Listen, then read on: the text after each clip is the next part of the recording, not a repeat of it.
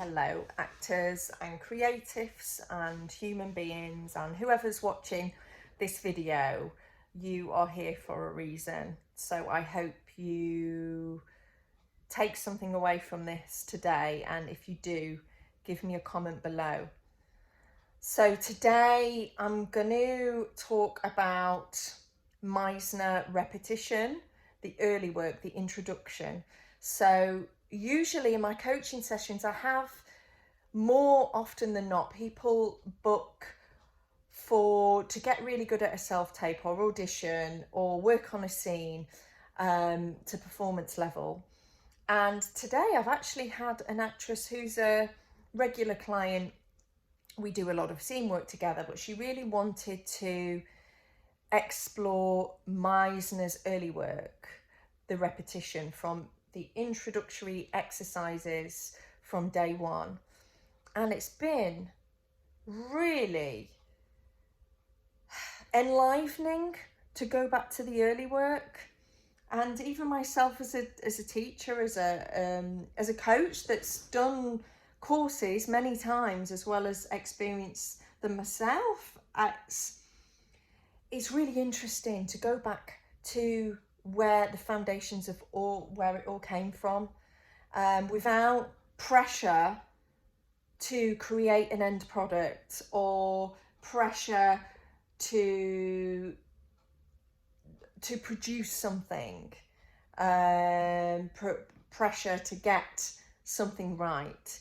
It is just offering an exercise and exploring at this stage. We're getting to know each other and we're getting to know ourselves. And yeah, it's been really fascinating. I want to say that if you are really experienced in Meisner, dare to go back to a class where it's day one, dare to work with beginners, because actually you will learn quite a lot and it will really help you with auditions, and it will help unearth maybe a problem that you're struggling with. Because what I know to be true with being a teacher that's done the whole training, the full Meisner training, and going through it myself as a student, is that we go slowly at the beginning and then we go quick, because the more you learn to listen and the more you learn to follow your instincts, we can give you, as teachers to students or as actors ourselves, we can take instruction, direction, once we have the foundations, and we can work, our instrument becomes more open and more available, so we absorb instruction quicker and more easily. We're always working on ourselves, we're always working on our instrument, but the process and the training, the latter half, becomes quicker. So what I want to say, when you've done the full training, or you are working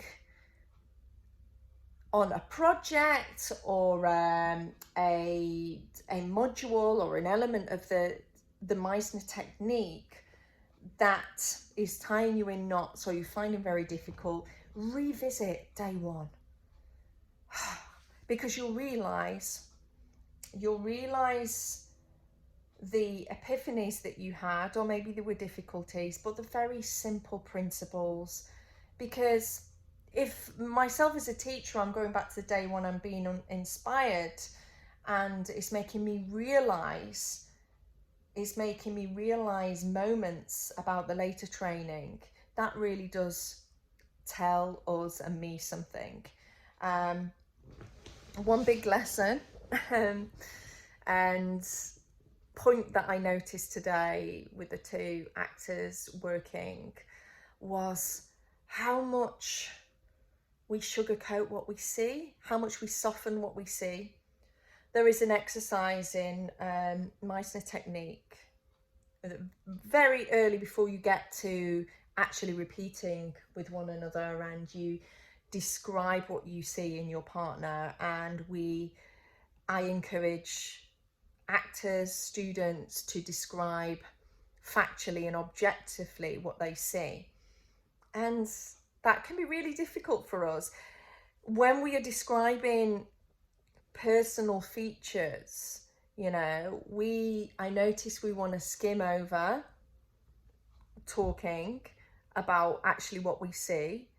You may see, you might want to say about someone's manicured eyebrows and brown eyes, but you may want to eliminate that someone has a bit of loose skin under their chin, or some chubby cheeks, or a big nose, or a double chin, you know. Or if that is said and the actor does say what they see, then often what you find is that, but then they panic, and then they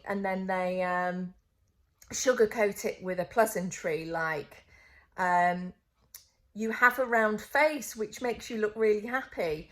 You know, practice actually saying what you see. You have a big face. Holding that space rather than continuing with a pleasantry. Allow that uncomfortability in your body too, because as an audience, that's really interesting to watch actors that experience uncomfortability and don't rush on to the next moment. So I'm really seeing just how much of the nuances now of the early training just apply to the later work. You know, I see it so often in script work. We don't hold in those uncomfortable spaces. We kind of race through lines to get to the interesting bits, when the interesting bit is moment to moment. It's like in the boring. Another sentence lesson that emerged today is dare to be boring as well. Dare to be simple, dare to be boring. I'll leave you with that. Yeah, if this interests you or resonates with you in any way, just drop me a comment below. And as well, if you've got any questions, drop me a comment below.